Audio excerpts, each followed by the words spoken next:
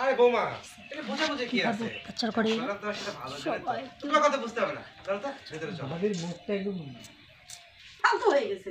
না দেন সুন্দর করে সাজায় রাখ। আম্মা এরকম কথাবার্তা বলেন না। দেখেন আপনি যখন আমার কাছে বলেন তাই শুনি। এই সংসারে আমি আসার পর থেকে আমি কি এই সংসারের জন্য কম কিছু করছি?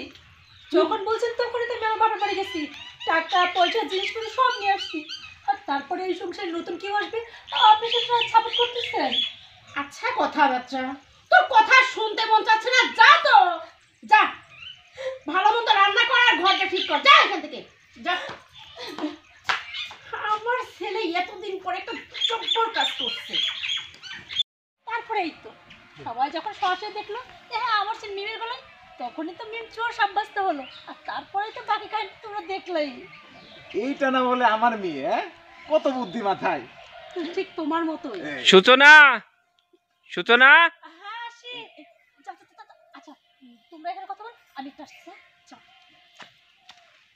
আগে নাকি তোমার এরকম প্রেমী বুদ্ধি ছিল, তোমার মেয়েও হয়েছে এরকম। চলো বাড়ি চলো। জোরে কও। এই আমার আসো, সূচনা আসো। এই দাঁড়াও না, বলছি আর কত দূর? এই তো বললো সামনে সামনে সামনে করতে করতে তখন থেকে হাঁটতেছি। ক্যামেরা কি আসবে? অবশ্যই অ্যাকশন। এই দাঁড়াও, আর কতক্ষণ? হ্যাঁ এই তখন থেকে বলছি এই তো সামনে এই তো সামনে সামনে সামনে করতে করতে তখন থেকে হাঁটতেছি। কতক্ষণে তাদের সাথে দেখা হবে? আরে আমাকে যেভাবে লোকেশন দিছে, বাগান থেকে একটা যে বাড়িটা, আমার তো মনে হচ্ছে যে এই বাড়িটাই, বুঝছো? এই বাড়ি? এই দেখো, ও যে একটা মেয়ে প্রেগনেন্ট মনে হচ্ছে না? আমার মনে হচ্ছে কি এই মেয়েটাই, বুঝছো? আরে হ্যাঁ তাই তো।